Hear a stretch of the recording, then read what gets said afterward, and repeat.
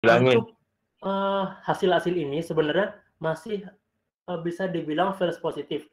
Yang dimana maksudnya false positif itu subdomain yang didapetin atau hasilnya ini belum tentu benar. Jadi bisa aja ini nggak bisa diakses atau segala macamnya. Nah, di sini kita akan coba tunggu lagi sebentar.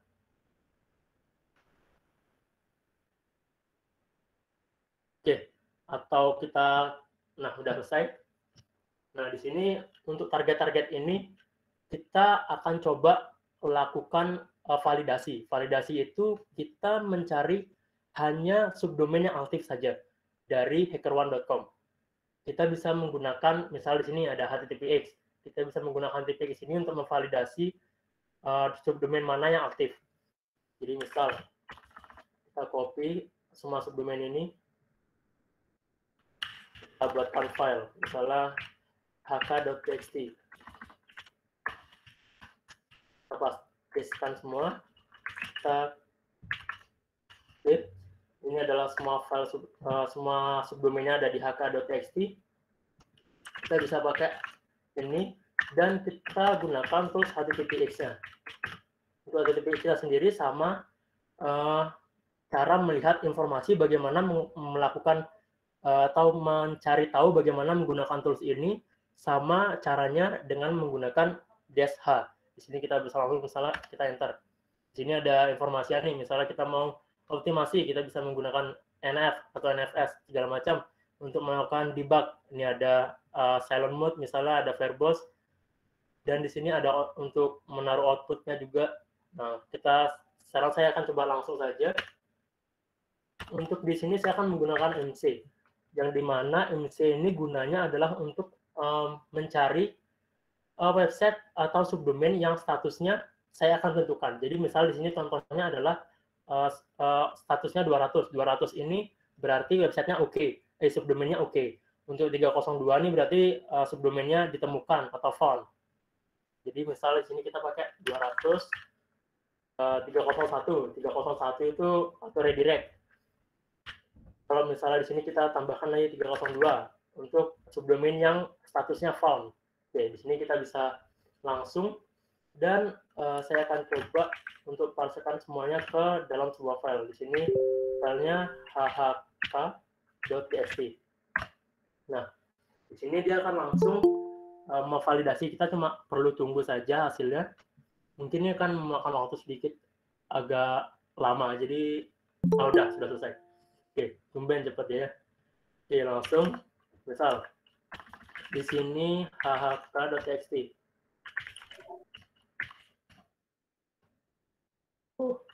Dia tidak muncul, coba kita pakai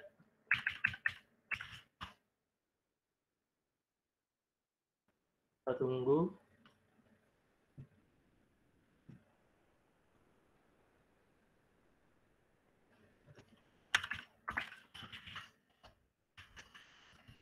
Nah, di sini kita dapat nih ada dua subdomain. Dua subdomainnya itu adalah docs dan hackerone.com. Nah, untuk subdomain ini berarti statusnya adalah aktif, yang dimana dia sudah dicek dengan menggunakan MC ini. Kalau misalnya mau dapat lebih banyak lagi resultnya, kita bisa gunakan untuk MC-nya misalnya tidak usah dipakai, jadi kita pakai gini aja, edit saja bisa. Kalau misalnya mau pakai yang 200 saja bisa, kita buat 200. Misalnya di sini 200, kita enter. Nanti lagi.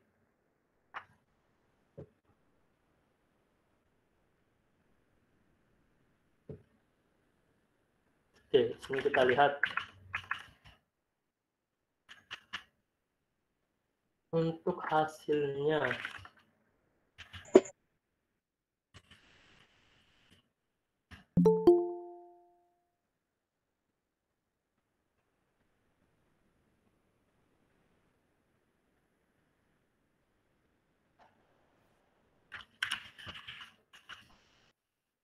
Oke, sepertinya ini ada sedikit gini ya.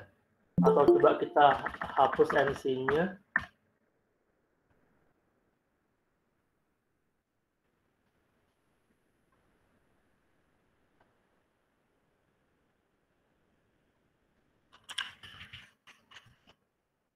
Sini dapat nih, ada nambah lagi subdomainnya, ada yang mta-sts-hackerone.com, ada yang segala macam, ada yang support. Nah, ini berarti subdomain dari HackerOne ini yang aktif. Nah, di sini setelah misalnya saya sendiri, kalau misalnya saya udah dapat nih subdomain yang aktif, apalagi selanjutnya yang saya harus lakukan? Yaitu kita akan mencari semua URL yang ada di hackerone.com ini, di semua subdomainnya ini. Bagaimana caranya? Di sini kita bisa menggunakan wayback URL. Yang dimana fungsi wayback URL ini adalah untuk mencari semua URL, semua path yang ada di hackerone.com, semua subdomain ini. Jadi misal cara penggunaannya adalah kita bisa pakai cat hhk yang file tadi, yang file ini, lalu kita berikan wayback URL, enter.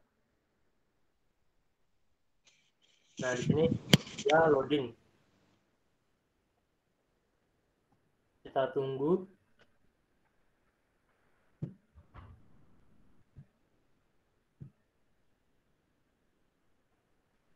Oke,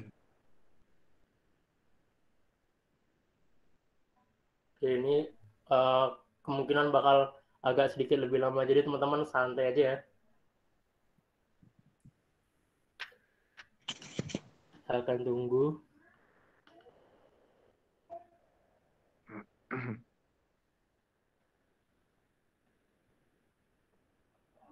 Atau sambil nunggu kita lanjut aja deh slide-nya, nanti kita balik ke sini lagi, ke tools ini.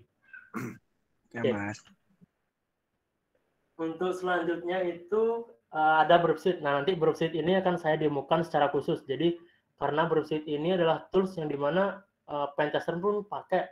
Jadi Burpsuite ini bisa dibilang adalah tools utamanya untuk melakukan pentest kayak gitu.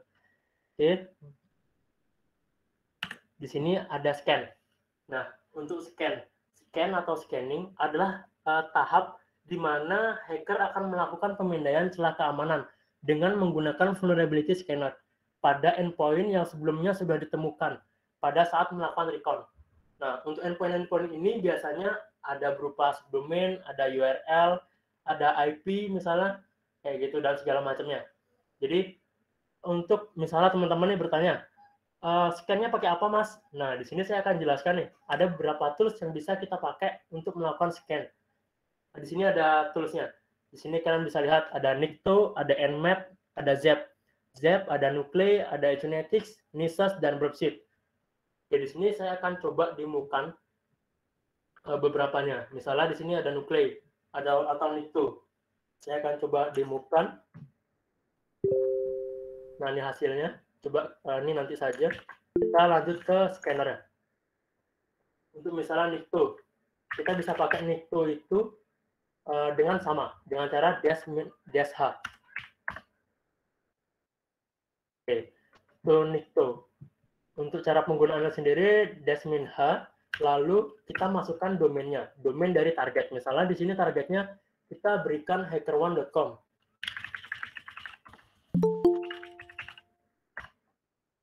Oke. Nah, di sini kan ada nih, ada informasi mengenai target IP, target hostname, target portnya, atau di sini ada message-nya, ada start time-nya. Di sini ada servernya, dia menggunakan Cloudflare dan segala macam. Jadi ini ada untuk Nikto sendiri, saya akan, kalau saya pribadi ya, kalau saya pribadi agak kurang suka karena terlalu lama gini ya. Oke, untuk selanjutnya kita akan coba nih untuk yang Nuclei. Misal yang Nuclei sendiri kita akan coba di websitenya tes PHP. Nah, di sini kita akan coba Nuclei. Mudahnya sama, -h. Di sini ada informasi bagaimana kita menggunakannya. Di sini untuk targetnya sendiri, Nuclei ini sedikit universal, lebih universal dari yang lainnya, dari Nikto tadi sebelumnya. Jadi dia bisa menggunakan list misalnya di sini ada kita tadi dapat nih subdomainnya apa aja. Jadi dia bisa melakukan semua scanning di semua subdomain ini kayak gitu. Jadi dia bakal scan satu-satu. Misal di sini kita gunakan satu target aja. Satu target, di sini kita gunakan targetnya adalah tes PHP tadi. Di sini cara penggunaannya nuclei min u, yang dimana min u ini adalah untuk targetnya, target string URL atau host. Sini kita bisa masukkan URL-nya. Nah, untuk yang saya biasa gunakan, saya biasa menggunakan severity. Severity adalah flag yang dimana kita bisa mengatur dia mau menggunakan template yang mana. Misal, nuclei ini kan banyak template-nya nih, jadi sering update. Dan template-templatenya itu semua vulnerability itu ada nuclei, khususnya yang sudah masuk di CVE, ada CVE-nya. Misal CVE 2022 atau 2021, itu semua sudah masuk di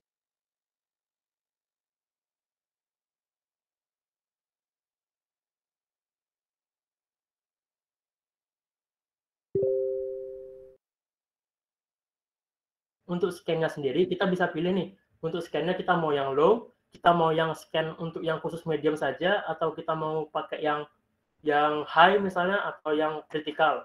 Nah, di sini kita bisa coba di sini, misal ada info.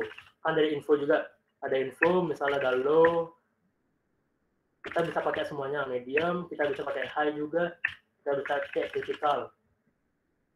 Nah,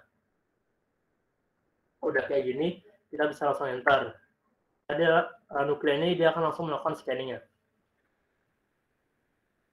Jadi, nuclei menurut saya adalah template-nya update terus, jadi enak, jadi up to date gitu ya.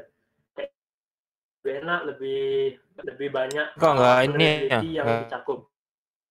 Ada soalnya. Oke. Untuk nuclei sendiri ini akan jauh lebih lama dari Nikto, tapi dia bagus. Jadi itu penggunaannya saja saya kasih tahu, nanti hasilnya teman-teman bisa coba sendiri. Misal nanti teman-teman mau, teman-teman bisa pakai misal severity kayak gitu. Untuk nuclei sendiri, di sini nuclei itu dia ada template-nya. Template-nya itu di nuclei template. Bentar. Di sini, lalu mintate. Mintate ini adalah untuk menggunakan template-nya. Dan untuk masuk ke template-nya itu biasanya berbeda-beda tiap device. Di sini karena di saya ada di nuclei template, ada di root. Jadi kita cek. Nah, di sini ini template-nya itu ada yang CNVD, ada yang CVD, ada yang default lobby, DNS, expose panel, ada exposure, ada file, ada network, ada misconfiguration, IoT, dan segala macam, vulnerability. Ini kalian bisa pakai satu-satu. Jadi misal kalian research nih, mau coba, kalian bisa pakai nih salah satu. Misal yang ini, gitu, kalian enter. Di sini kalian nemu ini. Setelah keamanan yang terkait dengan, yang ada hubungannya dengan teknologi, dia bakal muncul. Oke, itu untuk nuclei. Selanjutnya, di sini ada Acunetics. Nah, di sini saya akan coba contoh bagaimana menggunakan Acunetics. Acunetics sendiri ini tools automatic scanner. Jadi kalau misalnya kalian mau ini, mungkin bisa lebih divalidasi lagi teman-temannya. Misal Acunetics sendiri, dia biasanya sering ngasih celah SSS kayak gitu. Nah, itu kalian belum validasi lagi, ini benar nggak hasilnya? Kalian bisa coba exploit SSS-nya itu. Nanti saya akan bahas MLI, SSS, Berfrost, slide selanjutnya. Oke, di sini kita kembali ke Acunetics. Untuk cara penggunaannya sendiri, di sini Acunetics sendiri tidak ada yang free-nya. Yang free ada sih, cuma dia bakalan batasin kayak gitu. Jadi di sini saya gunakan yang pro. Yang pro-nya ini di Google. Kalian bisa cari track-nya. Nanti kalau misalnya kalian mau minta atau apa, kalian bisa ngomong atau kontak saya secara pribadi, bisa di grup Linux Hacking juga bisa. Nanti kita akan share untuk Acunetics Pro-nya sendiri. Oke, untuk cara penggunaannya, di sini misal di targetnya di sini belum ada ya, di sini kita add new target. Nah, misal targetnya adalah test voluntary. Nah, test.php.fluentlab.com. Kita akan coba tes di sini. Untuk cara penggunaannya kita dapat save. Nah, di sini ada target information. Di sini kita deskripsi. Misal kita kasih target ini. Di sini untuk bisnis ceritanya mau di high atau critical atau normal. Di sini saya biasanya di normal saja. Oke, selanjutnya kita yang lain-lain ini kalau mau diatur boleh. Kalau misalnya teman-teman mau resource, oke, di sini kita bisa langsung scan. Yes, nah di sini ada scan profile, ada report, ada schedule. Bedanya adalah di sini scan profile ini kalian bisa scan di bagian mana aja. Untuk scannya sendiri, misal di sini ada high risk. Jadi Accumulator sendiri dia akan melakukan scan yang dimana celahnya itu adalah levelnya high to critical, munculin itu semua tuh. Kalau misalnya di sini ada misal pilih ini, jadi yang itu adalah setara misal di high, medium, jadi yang low ke bawah itu nggak ada. Ada di sini misalnya ada mode cek celah, cross-site scripting, ada juga ada SQL injection, ada with password, ada crawl only, sama seperti tadi untuk reconnaissance, atau kalian bisa crawling dalam bahasa gininya mencari semua pet-petnya, misalnya kayak gitu, mencari semua pet-petnya semua pet yang ada di targetnya. Dan di sini juga ada malware scan, dia bisa scan malware, ada file PHP malware-nya kayak gitu. Kalian bisa pilih. Nah, di sini akan coba nih untuk yang high risk saja. Oke, crit scan, kita bisa pakai crit scan. Nah, jika sudah seperti ini tampilannya, dia akan langsung melakukan scan. Dia akan mulai nih, akan bersiap untuk melakukan scanning. Nah, di sini kalian bisa lihat ada scan duration, ada request, ada average response, ada pet. Pet yang teridentifikasi di sini ada 2, misalnya. Ada 2. Dan di sini ada average response, ada rata-rata respon yang diberikan websitenya nih adalah 353 ms millisecond. Ada requestnya, di request yang sudah diberikan Accunetics. Oke. Di sini ada scan duration. Scan duration ini adalah sudah berapa lama kita melakukan scanningnya, kayak gitu. Dia bakal muncul semua informasi di sini. Jadi ini akan jauh lebih lama lagi. Jadi Accunetics itu program scanner yang cukup lama kalau misalnya dia melakukan scanning, jadi bisa 1 jam 2 jam ya. Jadi mungkin kalau misalnya lagi nggak ada ngapa-ngapain, misalnya mau scan pakai Accunetics, kalian bisa hidupin laptop 2 jam. Jadi Accunetics jalan, scanner jalan, kayak gitu. Nggak ada ya? Kita akan langsung lanjut ke slide selanjutnya. Ini kita akan pause saja. Nah, kita pause. Oke, untuk selanjutnya di sini ada Zep. Zep ini punyanya WASP. Jadi sama seperti Accunetics, konsepnya sama. Kita cuma perlu memasukkan URL aja di Zep-nya. Di sini saya akan coba contohkan untuk Zep.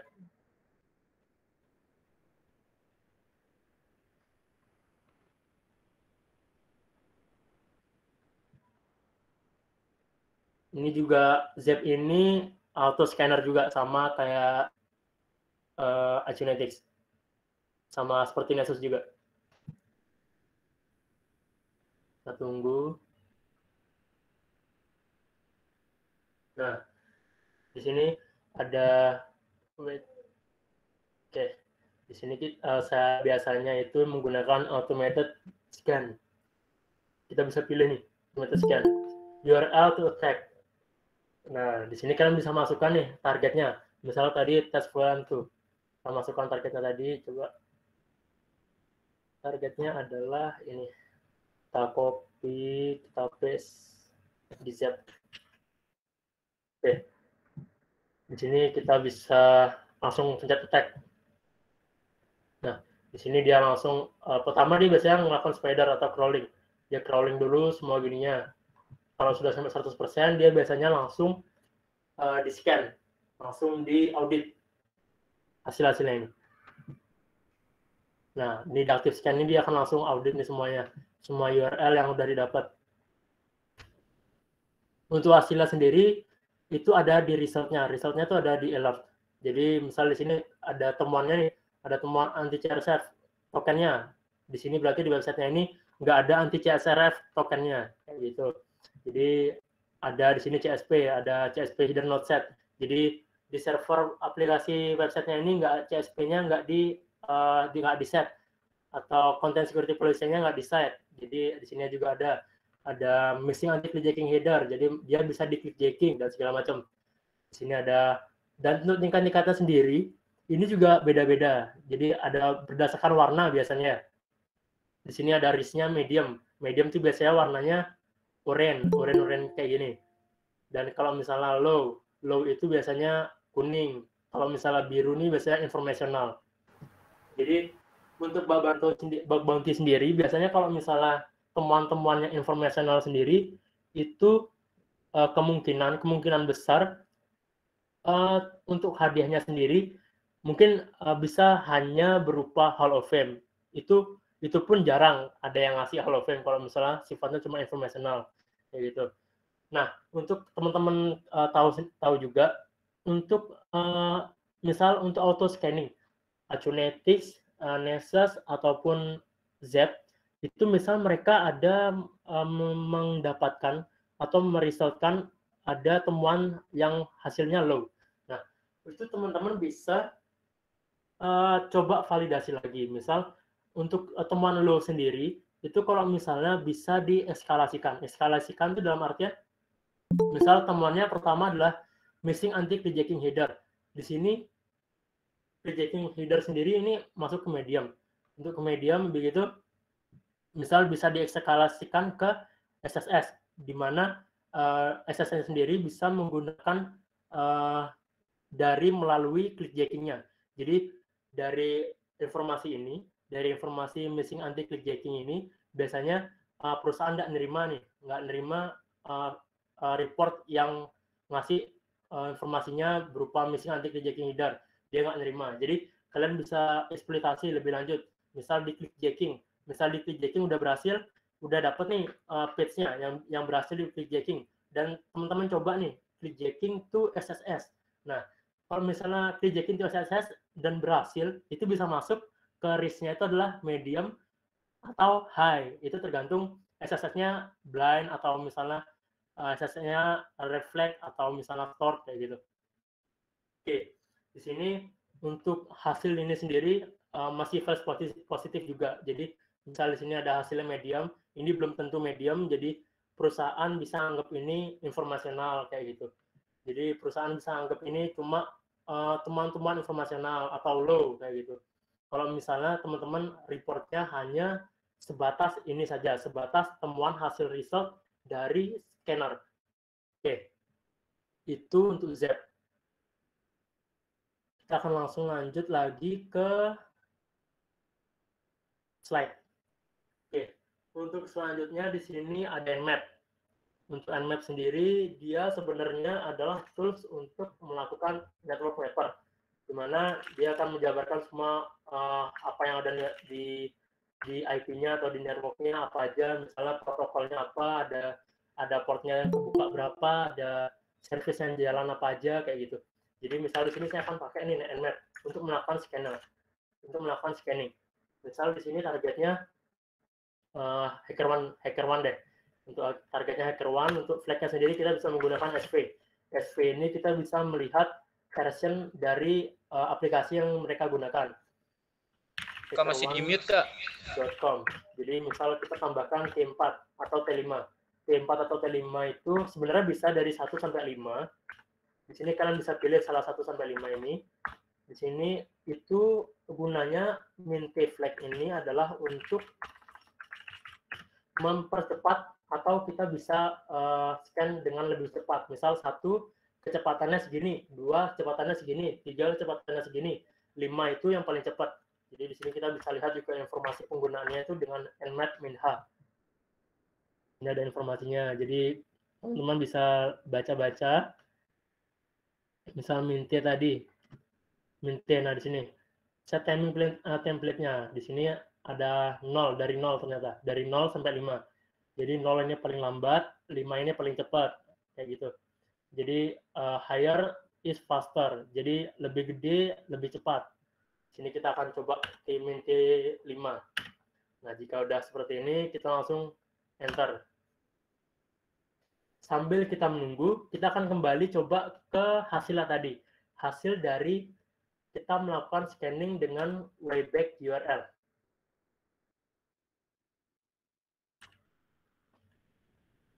Nah, untuk Wayback URL ini. Kita akan kembali, kita coba lihat. Nah, tadi kan masuk tuh di subdomainnya. Semua subdomainnya sudah di-scan dengan menggunakan Wayback URL. Didapetin nih semua URL-nya. Dari robots.txt, dari pokoknya itu diurutkan, yang dimana awalannya diurutkan berdasarkan abjad. Jadi dari A sampai Z, kayak gitu. Yang A paling atas, sama Z paling bawah. Jadi semuanya tercrawling, terdapatkan atau terdiscover di Wayback URL ini. Di sini ada, nah di sini misalnya ada file PNG-nya kelihatan, ada screenshot segala macam. Ini kita bisa buka kayak gitu. Jadi informasi-informasi ini akan digunakan atau dapat digunakan untuk eskalasi selanjutnya atau untuk tahap selanjutnya. Biasanya seperti saya bilang tadi, recon sendiri adalah teknik di mana hacker itu akan melakukan pengumpulan informasi. Jadi seberapa banyak pun informasi kita harus kumpulkan sebagai landasan kita melakukan tahap selanjutnya. Ya, di sini banyak ini dia dapat. Segala macam, ada file JS-nya juga, ada pet-petnya. Oke, teman-teman bisa lihat sendiri. Ini banyak.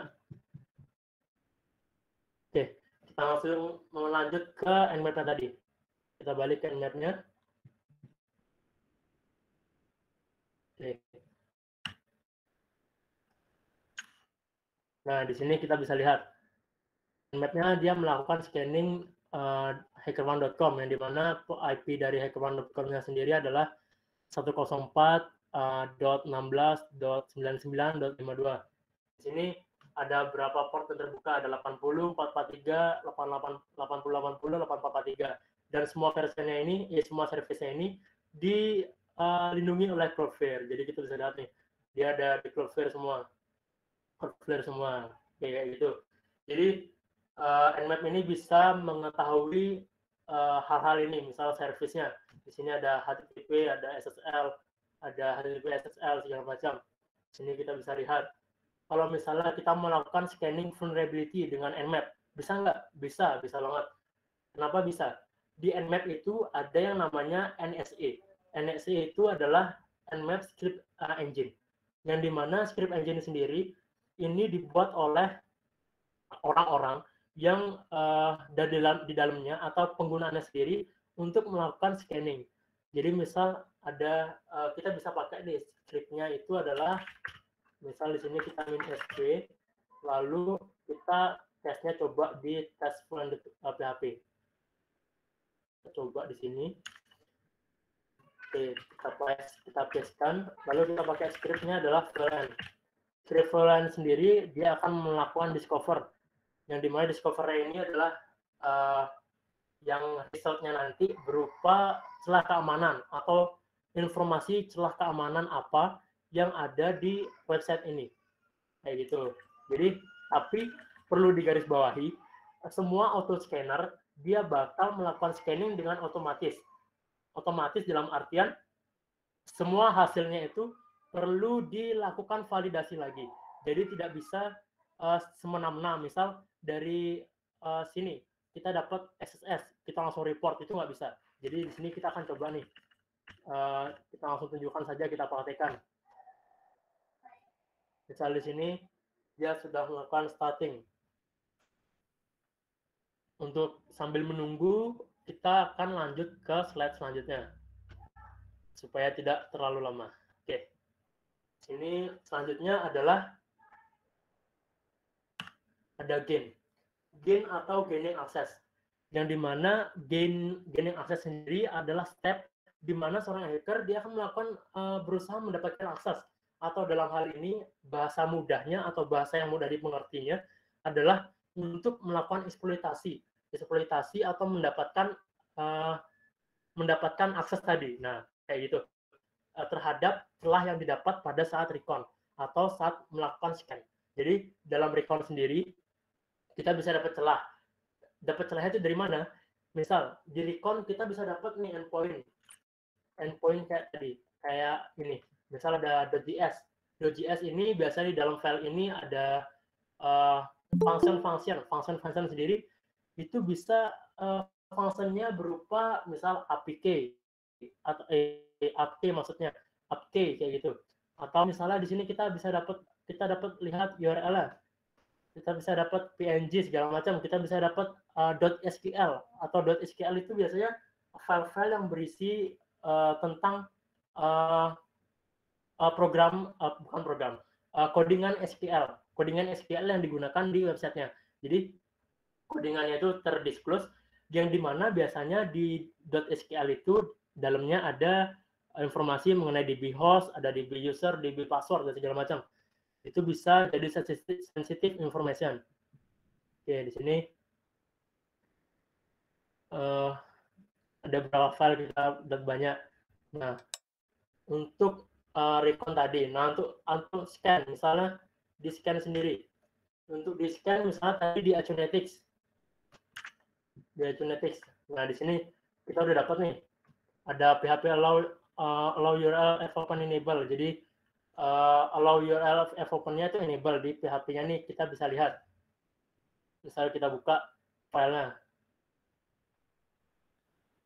Oke, di sini dia ada di php.info biasanya. Oke, jadi informasi-informasi ini kita bisa gunakan untuk melakukan gaining access atau eksploitasi. Kayak gitu. Jadi kita kembali coba ke slide-nya.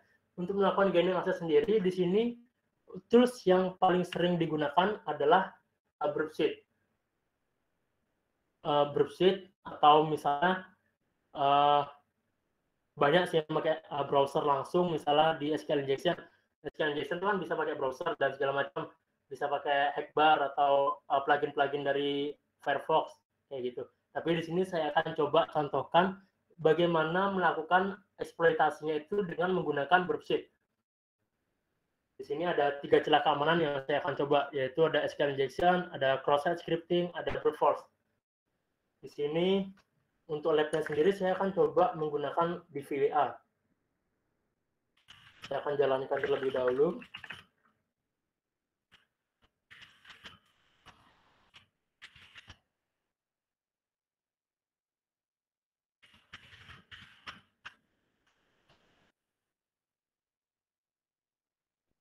Oke, kita tunggu.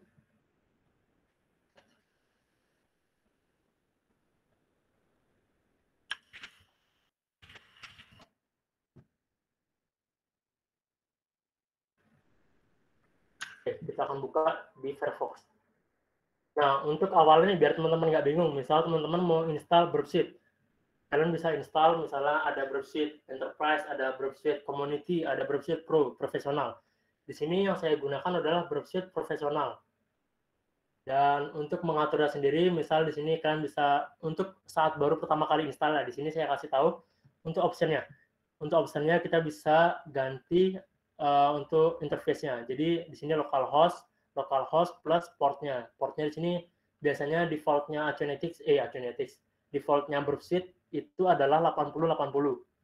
Jadi defaultnya adalah 8080. Kita harus samakan dengan proxy yang ada di Firefox-nya. Di sini saya menggunakan Firefox karena lebih mudah. Di sini saya sudah atur, misal di sini saya menggunakan plugin Foxy Proxy, jadi lebih mudah untuk menggonta-ganti proxy-nya. Kalian bisa atur proxy-nya. Kalau misalnya kalian mau manual juga bisa, ada di settingan biasanya di sini di proxy.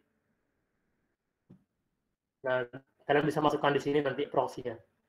Misal manual 127.0.0.1 dan kalian samakan portnya 8080 sama seperti di browser tadi supaya semua traffic yang ada di Firefox-nya itu terbaca oleh browsernya.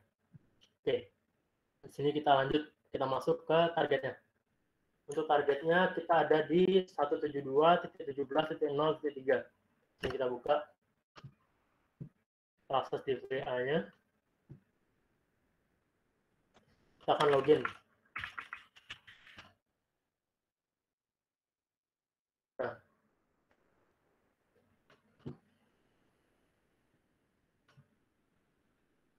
oke, untuk yang pertama di sini di fitur di Browser kita bisa melakukan filtering atau kita bisa melakukan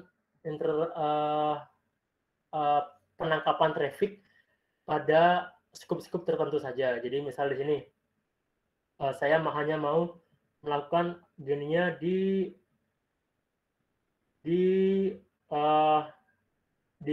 aplikasi ini, di aplikasi di VWA ini. Kalian bisa atur di bagian sini, di intercept, di target maksudnya di scope-nya kalian bisa tambahkan di paste URL. Jadi di sini dia langsung hanya target ini yang bisa ditangkap traffic-nya oleh Browser. Jadi di sini kita bisa hapus nih, ini biasanya bawaan dari Browser-nya. Jadi di sini cuma satu target scope-nya. Untuk sitemap, di sini kita bisa set sitemap-nya cuma satu. So only unscoped items. Jadi cuma satu. Dia bakal ngeluarin yang hanya di IP tadi, IP targetnya. Oke. Kita lanjut. Di sini yang pertama, celah keamanan yang kita akan coba adalah Brute-Force. Nah, Brute-Force sendiri. Di sini kita bisa pilih di Brute-Force. Oh ya, sekedar informasi buat teman-teman. Misalnya teman-teman mau belajar celah keamanan. Celah keamanan web itu apa aja? Kalian bisa coba menggunakan DVWA ini untuk berlatih kayak gitu. Jadi kita juga, maksudnya saya juga masih belajar kayak gitu. Jadi kita sama-sama belajar untuk kita sama-sama belajar. Oke, di sini ada username. Untuk di Brute-Force ada username, ada password juga. Dan di username dan password ini kita asumsikan bahwa kita nggak tahu nih username-nya apa, kita nggak tahu password-nya apa, dan bagaimana kita melakukan login. Bagaimana kita bisa login tanpa tahu username dan password. Untuk teknik brute force sendiri adalah teknik yang dimana dia biasanya memanfaatkan banyak list dari username, list dari password. Jadi list itu akan diacak satu persatu, dia akan memilih yang dimana sampai dapat cocok, dia baru dapat bisa login kayak gitu. Untuk toolsnya di sini kita akan menggunakan browser tadi. Di sini kayak saya akan coba masukkan nih untuk yang misalnya username salah dan passwordnya salah. Start login, informasinya adalah username and or password incorrect. Nah, bagaimana cara kita melakukan brute force-nya? Brute force halaman loginnya. Di sini kita bisa langsung coba kita intercept pakai browser-nya. Di sini kita intercept, kita on-kan. Di sini misal kita masukkan username dan password yang salah. Di sini salah. Oke. Kita coba klik login. Nah, gunanya browser, dia bisa memotong jaringan, bukan memotong jaringan, maksudnya memotong jalur lalu lintas traffic websitenya. Jadi ini adalah ini adalah request dari sini. Jadi di tombol ini dia ada requestnya itu adalah ini. Yang dimasukkan adalah salah dan passwordnya adalah salah. Oke, kita bisa lihat ya. Oke, kita coba pakai fitur yang namanya intruder di browser. Ini kita bisa on-kan lagi. Nah, untuk intruder sendiri, ini adalah fitur dari browser yang paling sering digunakan sih sebenarnya. dan ada repeater juga, nanti kita akan gunakan juga repeater. Username-nya di sini kita akan coba langsung melakukan brute force di username dan password-nya. Di sini kita bisa masukkan adalah username-nya, misal kita berikan tanda. Nah, kita berikan tanda dan di password-nya kita berikan tanda. Sebab dua-duanya kita nggak tahu nih. Kalau misalnya kita tahu password-nya, jadi kita tahu username maksudnya. Kita tahu username-nya dan kita nggak tahu password-nya. Kita bisa hanya berikan tanda di bagian password-nya. Di sini. Nah, berhubung karena kasus ini adalah kita nggak tahu nih username dan password-nya apa, kita bisa add dua-duanya. Nah, kalau udah seperti itu, kita bisa menggunakan attack tipenya. Attack tipenya ini kita bisa pilih, kita mau yang mana. Di sini saya akan pilih yang cluster bomb, yang dimana dia akan melakukan testing satu persatu dari list yang ada. Jadi contohnya misal di sini list 1 ini adalah posisi username, dan list 2 ini adalah posisi password. Di sini saya akan gunakan posisi satunya adalah saya coba masukkan, saya ibaratkan ini word list-nya. Word list-nya misalnya username-nya Joel, ada Indra, ada Mama, ada Papa, ada Bapak, ada Ibu, ada admin. Oke. Ini untuk yang username. Dan untuk yang password-nya. Nah, di sini misal ada adik, ada kakak, ada ponakan, ada teman, ada password. Nah, sini. Nah, kalau sudah seperti ini, sudah listnya sudah terbuat, dia browser ini bisa langsung dilakukan attack-nya. Lakukan attack-nya, di sini kita bisa langsung start attack. Di sini dia sudah lakukan brute force nih. Lakukan brute force. Untuk bagaimana ciri-ciri, apa sih ciri-cirinya kalau misalnya brute force-nya itu berhasil? Ciri-ciri di browser-nya adalah di sini kita bisa lihat, kita coba urutkan atau kita sorting dari length-nya. Nah, kita bisa lihat nih, semua yang lainnya adalah 4882. Jadi semuanya 4882 termasuk yang salah tadi 4882 semua. Dan ada salah satu length yang lebih gede dan dia berbeda, paling beda lah pokoknya, unik, paling beda dari yang lainnya. Dan itu adalah payload satunya adalah admin dan payload 2-nya adalah password. Misal kita mau lihat responnya nih, kita bisa pakai, kita pilih yang responnya di sini. Di sini responnya oke. Dan ada informasi di sini. Misal informasinya adalah welcome to the password protected area admin. Jadi ini adalah sudah berhasil. Jadi misalnya kita penasaran nih, benar-benar berhasil nggak? Kita bisa lihat, kita bisa cek di show response in browser. Kita bisa cek di browser. Kita buka di browser, kita paste, kita lihat. Nah, di sini berhasil kan? Jadi username admin dan password tadi itu adalah benar. Dan kalau misalnya benar, responnya adalah seperti ini. Oke, itu sedikit mengenai brute force. Selanjutnya, misal di sini ada SQL injection. Kita akan coba langsung SQL injection. Di sini menggunakan browser juga, sama menggunakan browser untuk SQL injection. Oke. Biasanya SQL injection sendiri adalah celah keamanan yang dimana dia bisa menginputkan bisa menginputkan kode-kode yang berhubungan dengan SQL. Jadi misal ada tanda petik. Jadi tanda petik itu biasa di SQL itu dia bisa buat kalau misalnya websitenya teridentifikasi celah keamanan adalah SQL injection, dia biasanya ada error di websitenya. Oke. Untuk di sini saya akan coba contohkan bagaimana kita mengetahui atau melakukan eksploitasi celah keamanan SQLi. Di sini kita bisa, misal kita titik 1, kita submit. Nah, di sini ada informasi ID-nya. Di sini ya, kita bisa di get URL. Kalau misalnya kita mau gunakan browser gimana? Oke, kita bisa coba cek menggunakan browser. Ini 1, kita hidupkan dulu interceptnya. Nanti 1, kita submit. Nah, biasanya hasilnya ada seperti ini. Kita get request-nya adalah get. Kita pindahkan ke repeater terlebih dahulu. Dan kita juga bisa lihat respon dari website-nya dengan menggunakan intercept ini. Dengan cara, di sini ada do intercept. Oke, respon di request. Misalnya kita mau forward, kita mau tahu nih responnya apa. Di sini ada responnya oke. Di sini ada oke.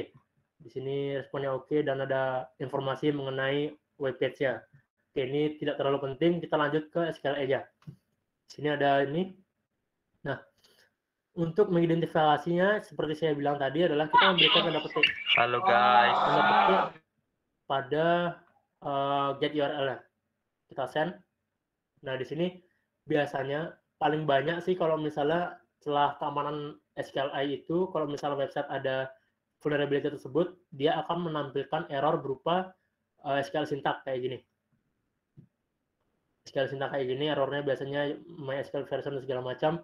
Atau biasanya ada juga yang beberapa filenya itu adalah pesan errornya itu adalah berupa ada bagian page dari websitenya yang hilang atau tiba-tiba nggak ada. Tapi kalau misalnya dihapus tanda petiknya tiba-tiba muncul lagi. Nah kayak gitu. Oke, kita lanjut. Di sini misalnya kita udah tahu nih ada celah SQLi di sini. Kita bisa gunakan SQL Map. Untuk cara mudahnya aja ya. Cara mudahnya kita bisa menggunakan SQL Map yang dimana SQL Map sendiri adalah sebuah tools yang memang khusus untuk melakukan eksploitasi SQL injection. Atau dalam beberapa kasus juga biasanya SQL Map dia bisa memunculkan informasi. Informasi ini cuma sekedar tahu, sekedar kasih info kalau misalnya parameter ini teridentifikasi nih bisa di SSS kayak gitu. Itu biasanya ada dalam beberapa kasus kayak gitu. Oke, sini kita lihat untuk cara penggunaannya sendiri sama di sini kita bisa berikan min u untuk targetnya dan segala macam dan parameternya. Oke, di sini untuk saya menggunakan SQL Map-nya adalah di sini saya akan memasukkan request body dari website tadi. Di sini saya copy dan saya coba buatkan file. Untuk file sendiri di sini saya akan namakan adik.txt misalnya. Kita berikan, oke, kita save, kita set. Nah, kita dapat nih. Ini adalah filenya. Lalu cara penggunaan adalah SQL Map min-r, yang dimana min-r ini untuk berupa filenya atau targetnya itu berupa file. Jadi contohnya kayak gini, misalnya file adalah adik.txt, kita bisa berikan adik.txt. Dan untuk melihat database-nya kita bisa menggunakan DBS, database sistemnya. Lalu kita bisa berikan current DB untuk melihat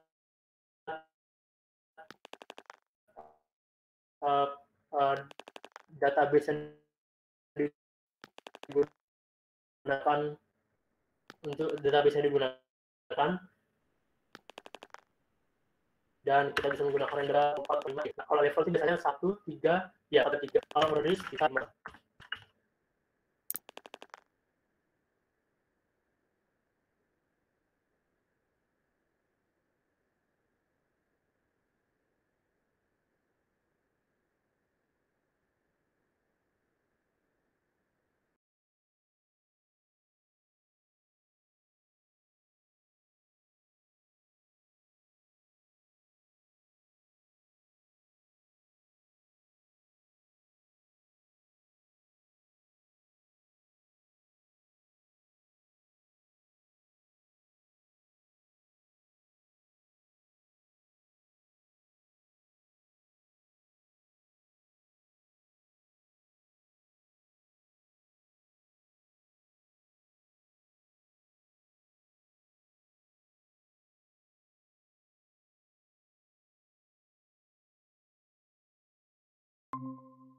Ini kita masukkan di VWA, misalnya kita mau cek tabel-tabel yang ada di database ini. Kita bisa masukkan min d, kita masukkan di VWA, lalu kita berikan flag tabel untuk melihat tabel-tabelnya. Di sini kita enter. Nah, di sini ada dua tabel nih, ada guestbook, ada user. Kalau kita mau lihat lagi isi dari tabel user apa aja sih? Kita coba lihat users. Dan kita lihat kolomnya.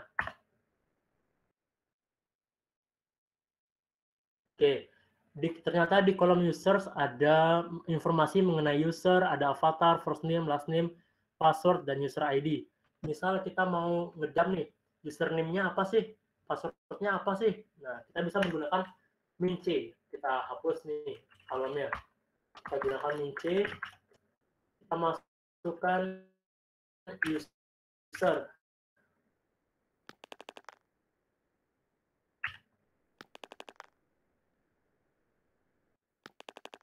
Dan password. Dash dam. Dam ini yang untuk melihat isinya apa aja di kolomnya. Enter.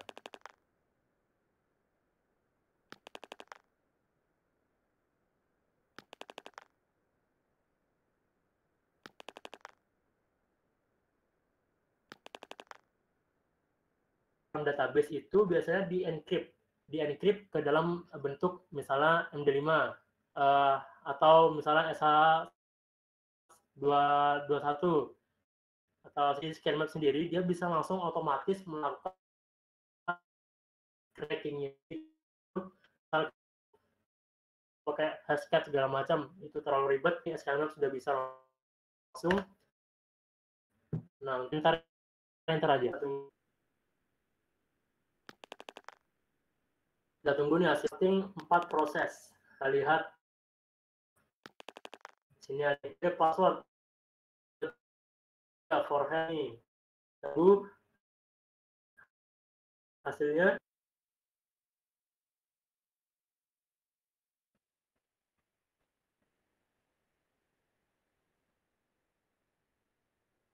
Ini akan lokasi cepat sih biasanya.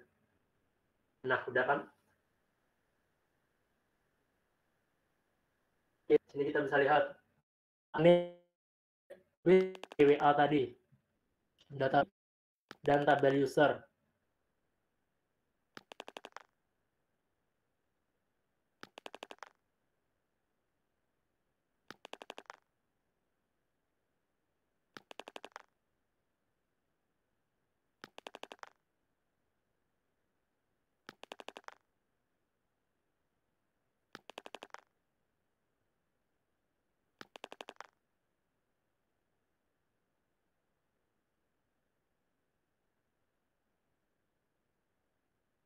Kalau user ini benar kayak gitu, oke.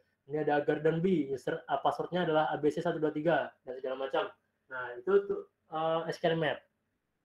Jadi, nah misalnya ada beberapa teman-teman nih, saya sering lihat, kalau misalnya bagaimana sih cara bypass, misalnya ada website yang dia kenanya di, websitenya ini ada firewall-nya.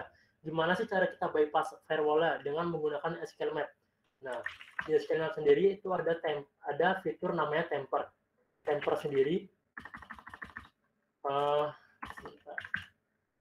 di sini ada temper. Temper ini adalah digunakan untuk kita membypass firewall tersebut. Biasanya tempernya yang sering saya gunakan pribadi adalah space to command atau between. Nah, ini biasanya dua ini yang saya pakai. Kalau misalnya teman-teman mau pakai yang lain, bisa nanti bisa research di Google juga ada banyak tempernya apa aja, ScanMap ada banyak banget. Teman-teman bisa coba satu-satu kalau misalnya mau research. Oke. Itu sekilas tentang SQL injection. Selanjutnya nih, sebelum lanjut ke celah keamanan selanjutnya, di sini saya akan balik ke DVWA. Oke, DVWA di sini saya akan lanjut masuk ke SSS reflected, celah keamanan satunya. Nah, SSS sendiri adalah celah keamanan yang dimana bisa menginputkan bisa menginputkan malicious code. Malicious code itu bisa berupa kode JavaScript, bisa kode HTML, bisa kode yang lainnya. Nah, di sini misal kita dapat kolom search yang dimana kolomnya itu kita coba-coba nih, saya ibaratkan nih, saya nggak tahu kalau misalnya website ini ada celah keamanan SSS-nya. Saya misalnya iseng saya masukkan script alert, berarti nih script alert.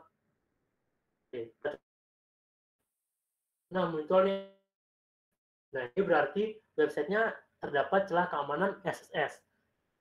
Untuk lebih lanjut misalnya alert, biasanya kalau misalnya untuk POC di bug bounty, biasanya yang digunakan adalah domain.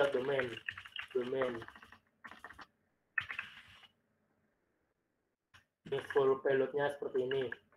Payload lain kalian bisa lihat juga di Google, ada banyak payload macam-macam. Di sini saya menggunakan payload yang sederhananya saja. Kita submit.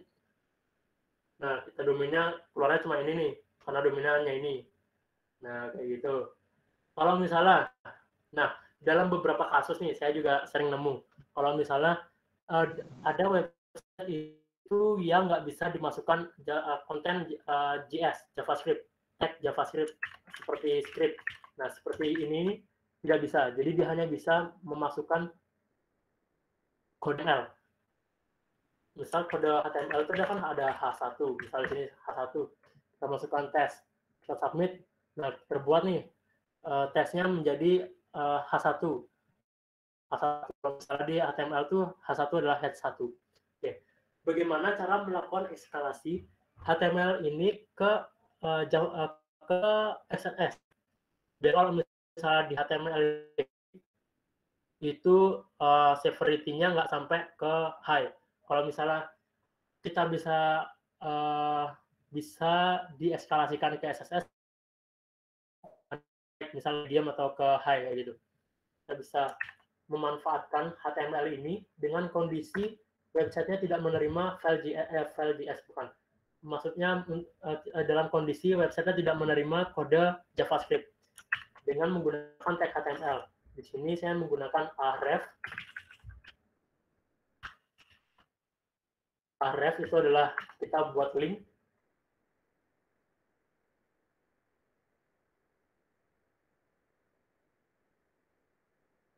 Nih, alert document.domain. Kalau seperti ini. Ini ada tulisan misal klik me kayak gitu. Submit. Nah, di sini terbuat dia tombol. Tombolnya dia terbuat tombol dan kita klik misalnya. Kita klik ini, nah muncul nih domainnya. Berarti setelah HTML injection tadi atau yang hanya bisa dieksekusi menggunakan tag HTML bisa dieskalasikan ke SSS reflected kayak gitu dengan memanfaatkan tombol ini, tombol href tadi ya. Nah, tombol ini dengan memanfaatkan href dan segala macam. Untuk payloadnya sendiri ada banyak. Kalau misalnya disebutkan satu-satu juga terlalu banyak, jadi teman-teman bisa research di Google, sangat banyak sekali. Nah, oke. Untuk selanjutnya misalnya di sini ada SSS stored. Stored ini biasanya SSS-nya itu dia tersimpan di database. Jadi misal di sini ada name segala macam, nih kita masukkan script alert script. Nah, ini kalau misalnya kita refresh, nah dia bakal muncul terus kayak gini. Tag-nya tadi dia bakal muncul terus. Bakal muncul terus dan tidak akan hilang sampai adminnya atau pemilik websitenya ngapus kodenya sudah tersimpan itu. Kayak gitu. Jadi ini bakal terus terekspos kayak gini domainnya. Oke, kalau sudah seperti itu, ini sedikit pembahasan mengenai SSS. Oke, kita akan lanjut masuk ke slide lagi. Kita balik ke slide. Nah, sebelum kita lanjut ke slide selanjutnya, kita akan kembali lagi ke bagian Nmap tadi. Bagian Nmap. Oke, di sini Nmap. Kita masuk, kita lihat. Nah, di sini kita bisa lihat nih, Nmap dia sudah mengeluarkan satu nih, ada celah keamanan didapat di host ini, di host testphp.vmweb.com, yaitu di sini ada celah keamanan adalah CVE 2011-1002, yang dimana vulnerability-nya itu adalah berupa broadcast Apache DOS.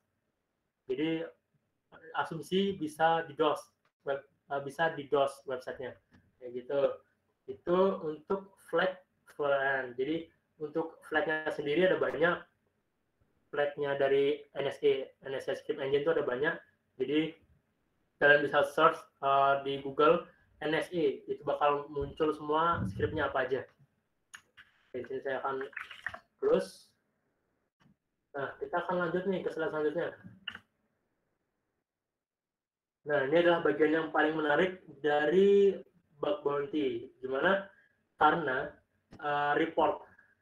Karena report sendiri adalah penentuan di mana hasil kerja kalian, hasil kerja kita itu dilihat oleh admin webnya dan mereka ngerti nggak hasil report kita, kayak gitu.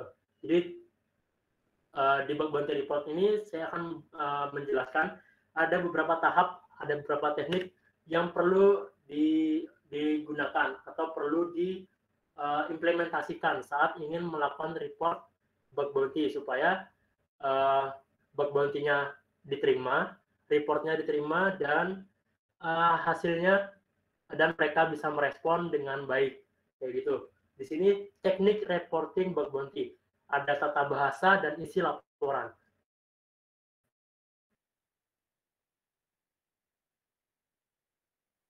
Ini tata bahasa. Saya juga sering lihat ada beberapa teman mau report, dia langsung intinya, misal intinya lah langsung bilang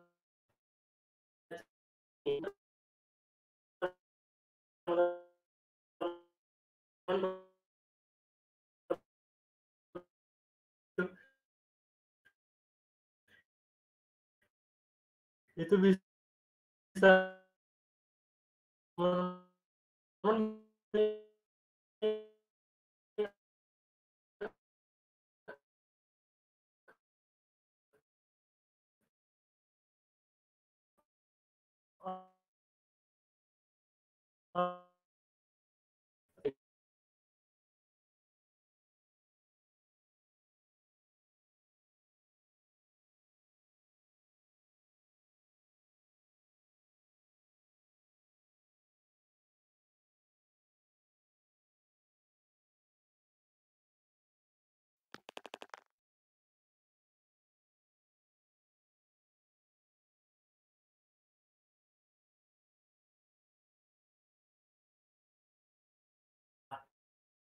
maksud Anda menggunakan email ini. Nah, contohnya di sini misalnya, perkenalkan saya, misalnya Joel Indra, seorang security researcher atau bug hunter, di mana dengan adanya email ini, saya ingin menyampaikan bahwasannya saya menemukan celah keamanan atau vulnerability pada domain website yang Bapak atau Ibu kelola. Dengan detail endpoint, di sini kita bisa berikan domainnya, kita bisa berikan affected URL-nya, kita teman-teman bisa berikan endpoint-nya kayak gitu. Dan di bawahnya di sini ada jika Bapak atau Ibu berkenan untuk mengetahui lebih lanjut. Jadi kita tulis seperti ini untuk agar supaya lebih sopan.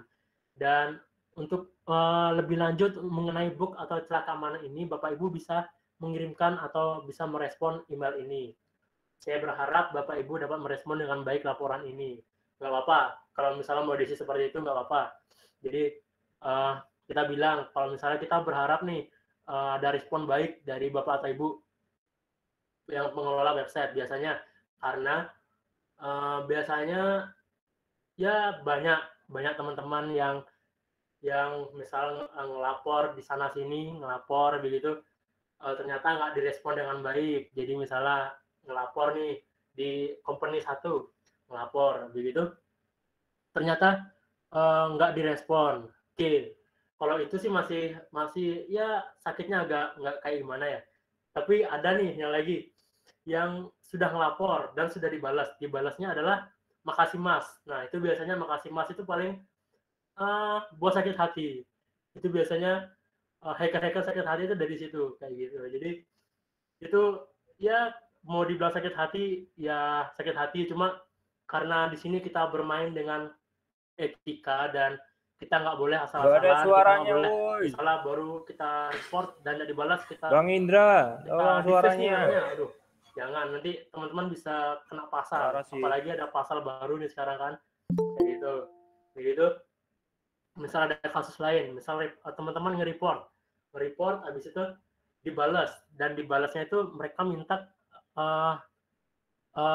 lebih lanjut mengenai celah keamanannya dan kita udah kasih tapi ternyata nggak direspon lagi, jadi mereka hanya menerima saja dan tidak merespon dengan baik apa yang kita sudah laporkan. Itu nggak apa-apa, kita tulis di sini, saya berharap bapak atau ibu dapat merespon dengan baik laporan ini. Untuk regards di sini kalian bisa berikan nama, kalian bisa berikan status kalian, misalnya kalian sebagai bug hunter atau kalian sebagai Manchester kayak gitu. Oke, di sini selanjutnya adalah, nah di sini kalau misalnya kalian sudah lakukan yang hal barusan sebelumnya, kalian lakukan itu, lalu mereka minta bisa minta tolong dijelaskan lebih lanjut mengenai reportnya, mengenai vulnerability-nya.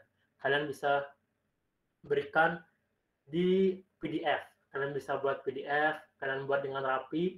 Di sini yang pertama ada bug bounty report. Di sini judulnya aja, kalian bisa buat bug bounty report, terserah mau buat bug hunting report, mau buat pentesting report. Tapi kalau pentesting kayaknya enggak sih ya. Jadi kita buat bug bounty gitu aja, biar lebih simpel dan mudah dimengerti. Dan di sini ada klien targetnya, kita masukkan targetnya di sini, kita berikan tanggal reportnya, segala macam. Oke, selanjutnya isi temuan. Nah, isi temuan ini kita jabarkan ada berapa temuan yang kita dapatkan di websitenya. Misal di sini ada, kita berikan nomornya 1, 2, 3, kita berikan temuannya, kita berikan severity-nya ini berapa, bukan berapa, severity-nya ini sampai mana kayak gitu. Jadi misal severity-nya medium, ada high, ada critical, kita masukkan semuanya di bagian isi temuan. Dan selanjutnya setelah kalian menjabarkan semua temuannya itu, kalian deskripsikan temuannya. Hasil pengujiannya gimana? Di sini misalnya saya mendapatkan SSL vulnerability. Kalian berikan deskripsi SSL itu apa, kayak gitu. Kalian berikan deskripsi dan affected URL-nya di mana. Misalnya kalian berikan domainnya yang terdampak di mana kayak gitu. Jadi karena eksploitasi, dan jangan lupa di screenshot, biasanya mereka itu minta screenshotan juga kayak gitu. Kalian screenshot buktinya bahwa telah ini berhasil dieksploitasi. Oke. Biasanya teman-teman banyak pasti yang bingung kalau misalnya mau nyari dari apa itu kan, biasanya bingung nih, ya, cari kontaknya, saya nggak punya kontaknya, pada gunakan OSINT. Open ini kita akan memanfaatkan tools yang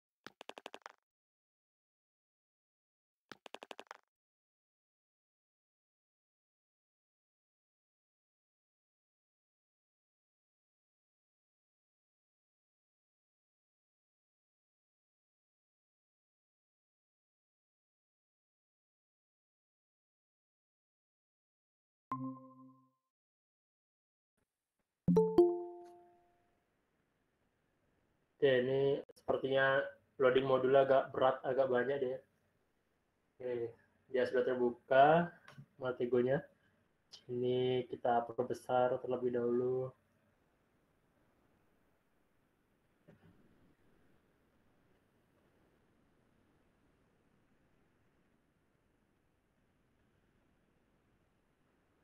Mohon maaf agak sedikit lambat karena biasa laptop kentang.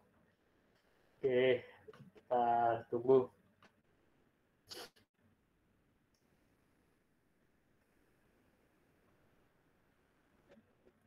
Nah, di sini kita bisa klik bagian tambah ini untuk membuka new grab. Kita bisa buka itu. Kita pilih di sini misal domain. Karena kita ingin melakukan OSINT pada sebuah domain. Drag and drop. Oke, ini. Nah, di sini kita bisa masukkan nih targetnya. Misal targetnya adalah hackerone.com. Nah, kalau udah, kita bisa klik kanan. Kita bisa cari. Nah, di sini Maltego sendiri dia bisa melakukan OSINT banyak nih. Kita bisa menggunakan semuanya, semua modulnya. Kita bisa mencari DNS-nya, kita bisa mencari owner detailnya, email address-nya, segala macam. Karena berhubung kita di sini ingin mencari kontaknya, jadi kita bisa mencarinya yaitu di bagian email address from domain. Di sini. Nah, kalau udah seperti ini kita klik saja, kita pilih. Nah, dia akan berjalan, di sini dia loading. Jadi dapat nih,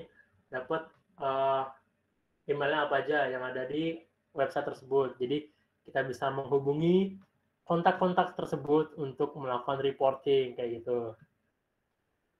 Di sini kita bisa lihat emailnya. Misal ada Joaquin, ada LRK, ada Reed, ada Alexander, ada John, segala macam. Nah, ini caranya. Oke, itu sekilas untuk OSINT. Bagaimana kita mencari informasi kontak dari pengelola websitenya. Oke. Dan ternyata sudah selesai. Terima kasih teman-teman.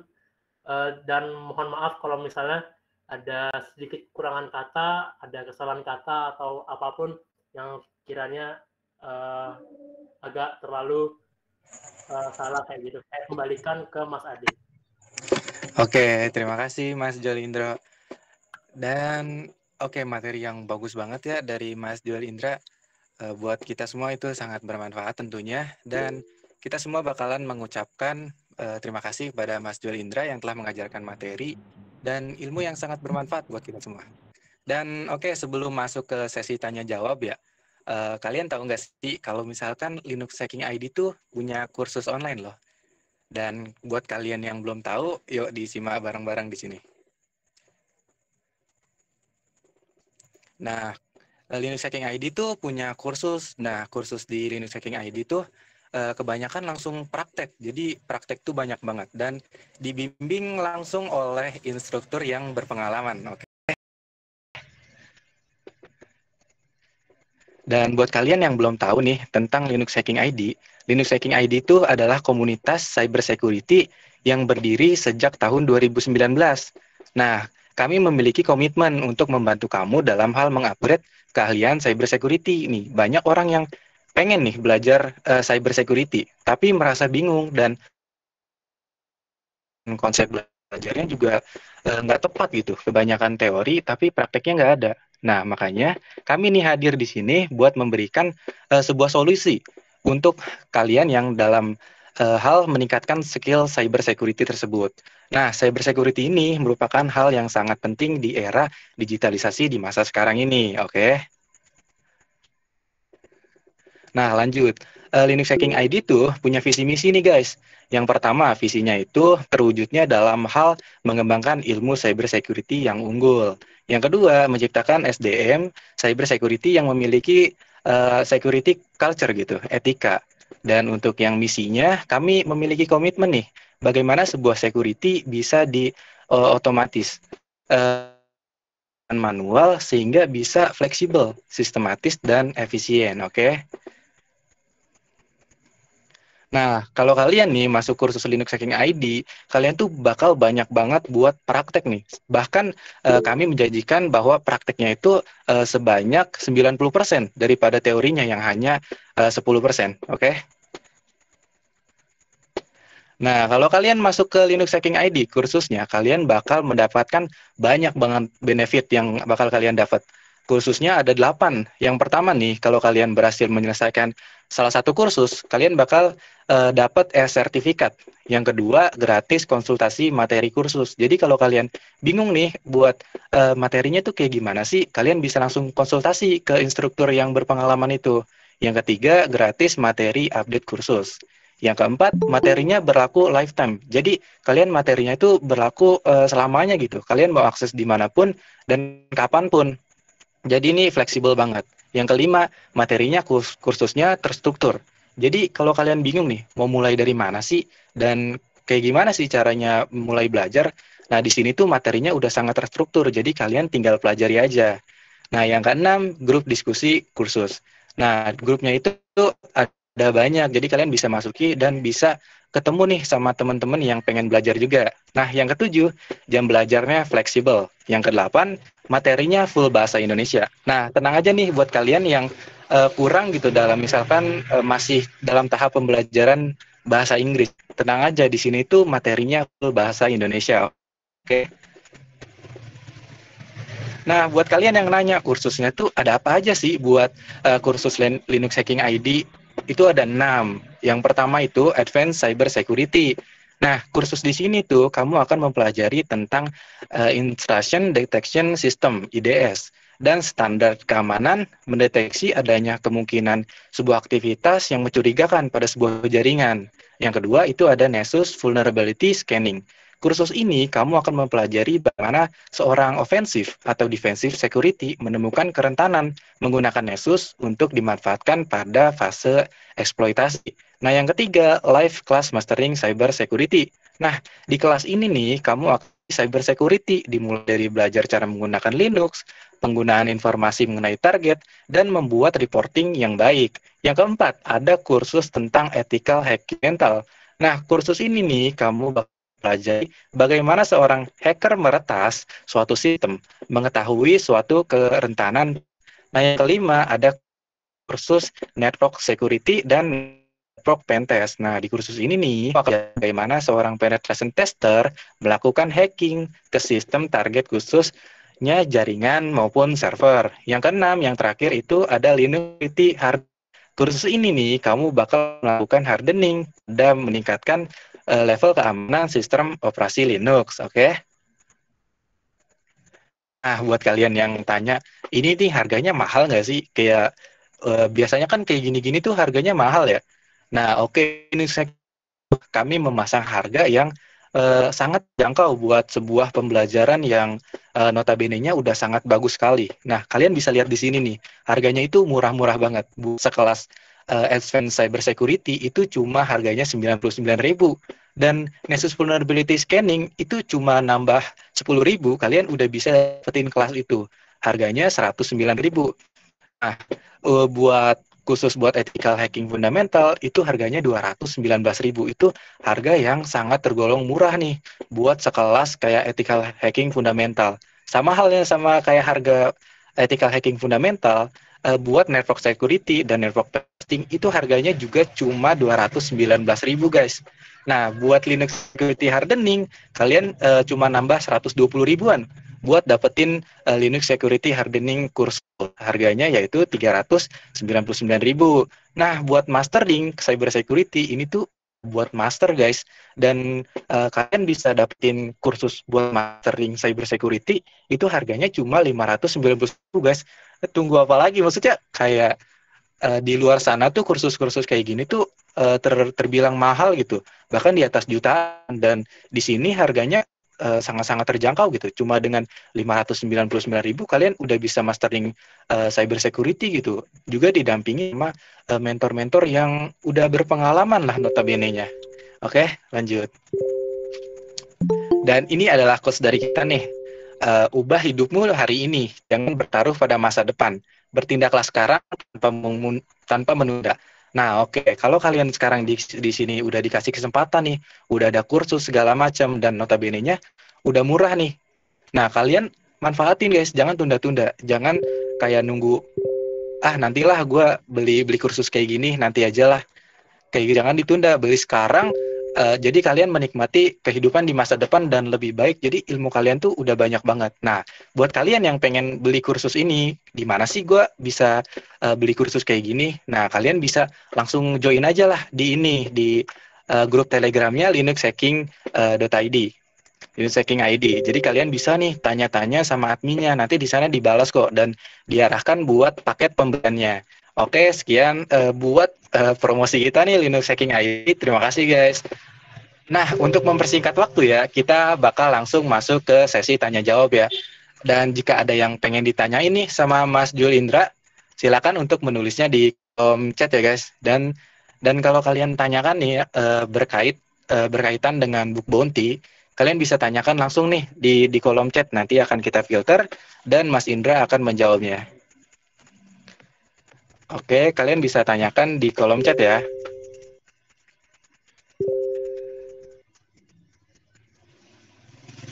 Oke.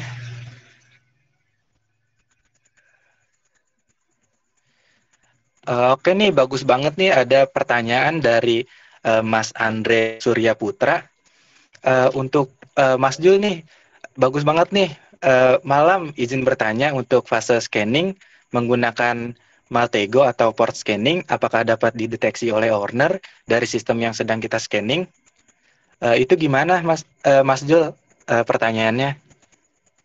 Oke, kalau untuk pertanyaannya, untuk dideteksi atau tidak, itu bisa dideteksi. Bahkan untuk bukan masuk di portnya ya. Jadi misal hanya melakukan ping aja, ping ke websitenya, itu bisa dideteksi oleh websitenya, oleh servernya, oleh IDS-nya, oleh segala macam yang owner itu sudah set, di mana misal kita ping itu kan yang di transfer itu paketnya SCMP, jadi di set segala macam untuk bisa mendeteksi ada paket SCMP nggak yang masuk ke gini mereka, ke request mereka kayak gitu. Kalau misalnya port scanning sudah jelas pasti masuk.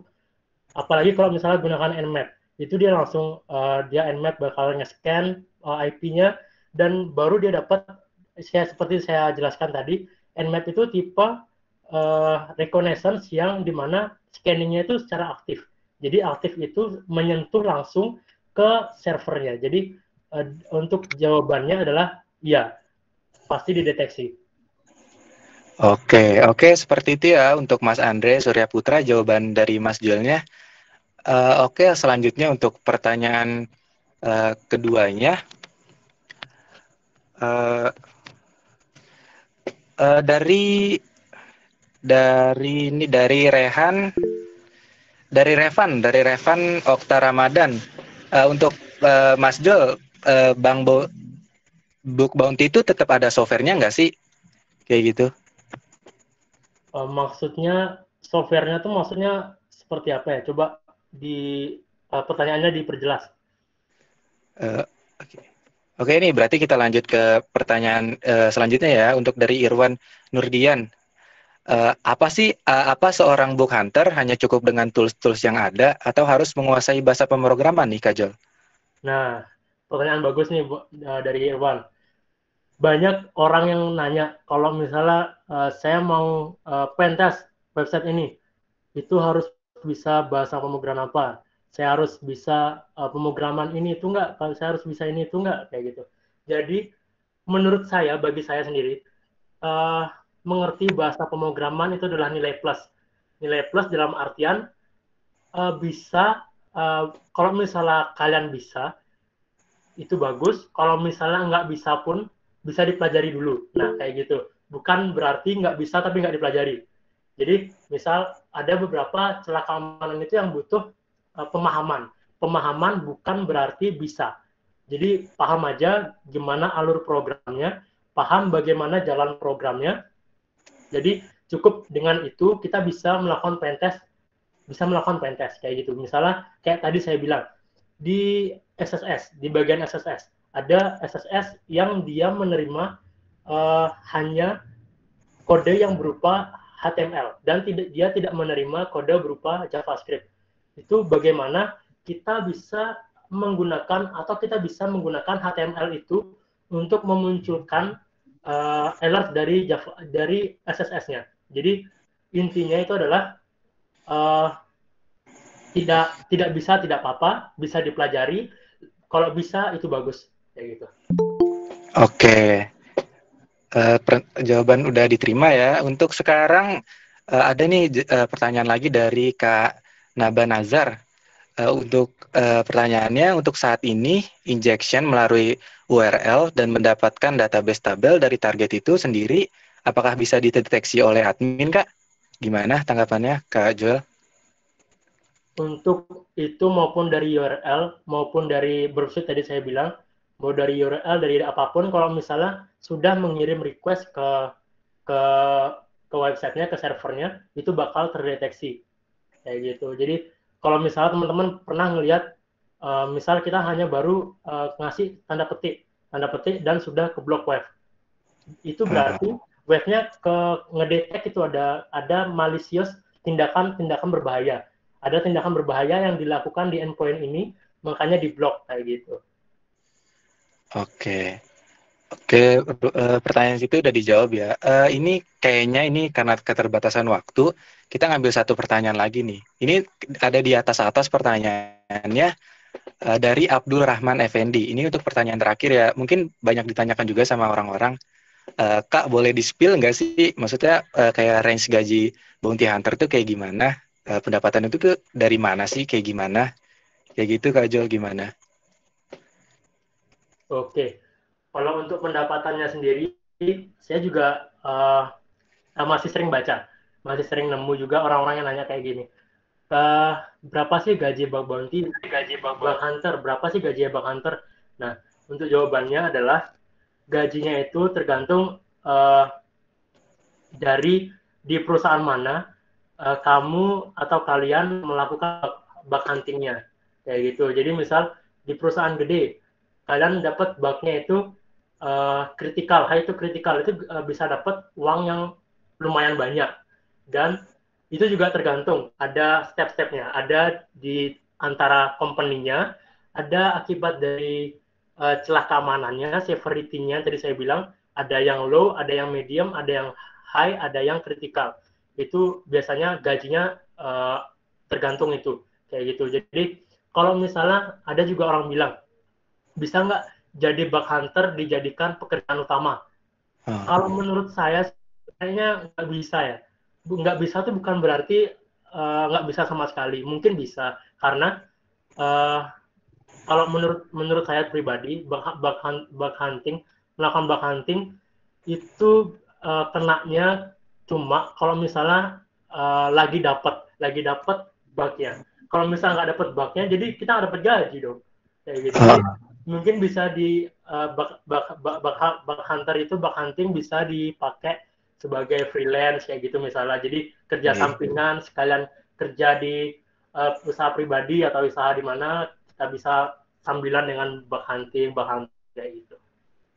Oke. Halo. Itu sudah menjawab sebagian pertanyaan ya, dan kita dari sini di Linux Hacking ID mengucapkan terima kasih untuk semua yang udah bertanya nih, dan juga Mas Jol yang udah menjawab pertanyaan kita nih dengan lugasnya. Semoga rasa penasaran kalian nih tentang bug bounty ini terselesaikan. Dan untuk pertanyaan yang belum bisa terjawab dan belum bisa tertuliskan, itu bisa ditanyakan langsung ke grup Linux Hacking ID. Nah, juga kita bakal ngadain untuk next pertemuan, kita bakal ngadain webinar lagi nantinya. Dan jangan lupa kalian buat yang di sini untuk join webinar lainnya lagi, oke? Dengan berakhirnya sesi tanya jawab kali ini, kami juga akan mengakhiri sesi webinar Introduction Bug Bounty. Belajar untuk menemukan kerentanan, bukan untuk melanggar aturan yang diselenggarakan oleh Linux Hacking ID.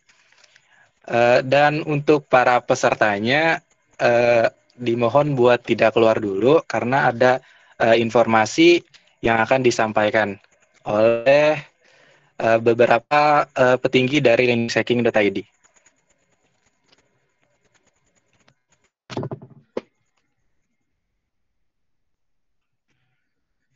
Oke, untuk informasi selanjutnya buat kalian yang ada di sini, nanti sertifikatnya akan meluncur ya untuk pembagian sertifikatnya. Dan jangan lupa jangan keluar dari grup Telegram ya, oke? Dan kepada seluruh peserta dan pemateri, kami mengucapkan terima kasih yang udah membantu kami menyampaikan web ini dengan baik. Jangan lupa ya kalian balik lagi ke grup Telegram untuk mengambil sertifikatnya. Dengan segala rasa hormat, kami persilakan kepada para peserta untuk meninggalkan room ini dengan tertata dan silakan menuju ke grup Telegram untuk mengambil sertifikatnya ya. Terima kasih warahmatullahi wabarakatuh. Waalaikumsalam warahmatullahi wabarakatuh. Waalaikumsalam. Atur nuhun, Pak. Waalaikumsalam. Bismillahirrahmanirrahim. Waalaikumsalam. Bagus banget. Sip, mantap. Mantap, udah bisa hack ini ya.